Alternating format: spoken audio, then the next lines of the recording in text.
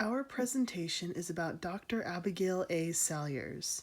Shannon will talk about Dr. Salyers' origins, Nancy will talk about her education, Sarah will talk about her career, and Hannah will talk about some interesting facts about Dr. Salyers.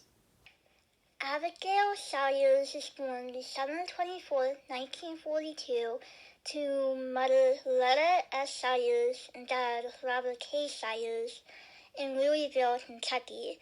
She died November 6, 2013 at the age of 70 and was survived by her brother Robert K. Salyers, sister Martha J. Salyers, husband Jeffrey F. Gardner, daughter Georgia E. Will. She was the oldest child out of her siblings.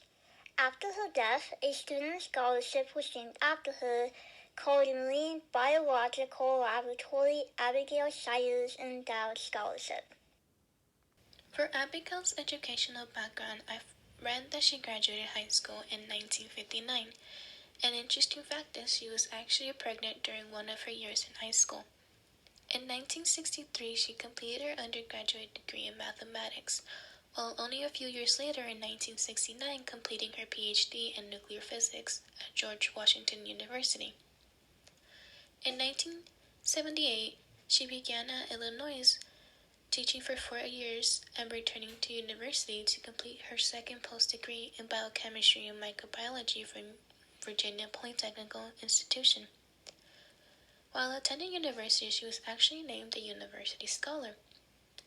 I couldn't find much of her education since most of it was basically more about her career and interesting facts which you will find out later on. During her 40-year career, she made many contributions to the bacterial community.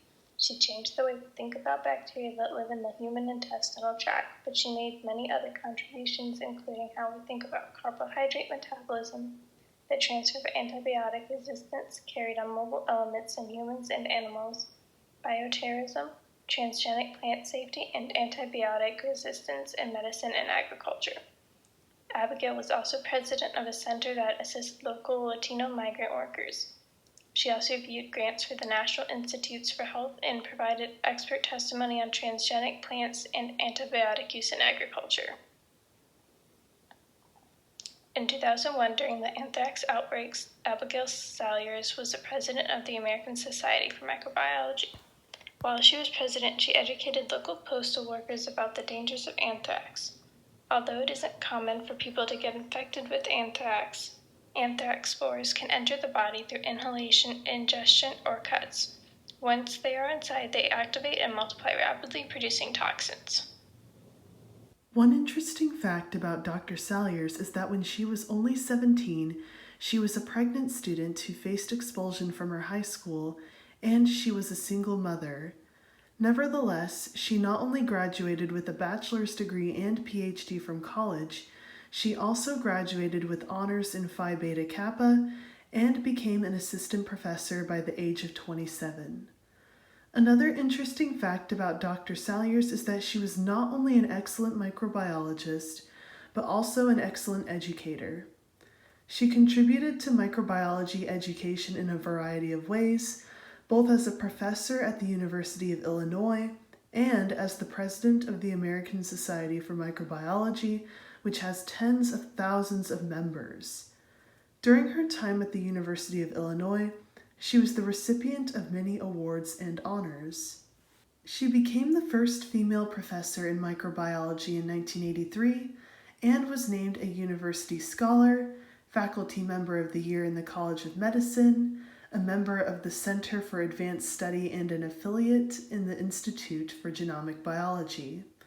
She received the Pasteur Award for Research and Teaching, the All-Campus Award for Excellence in Teaching in the University of Illinois Medical School, and was a 3-time recipient of the Golden Apple Award for Medical School Teaching.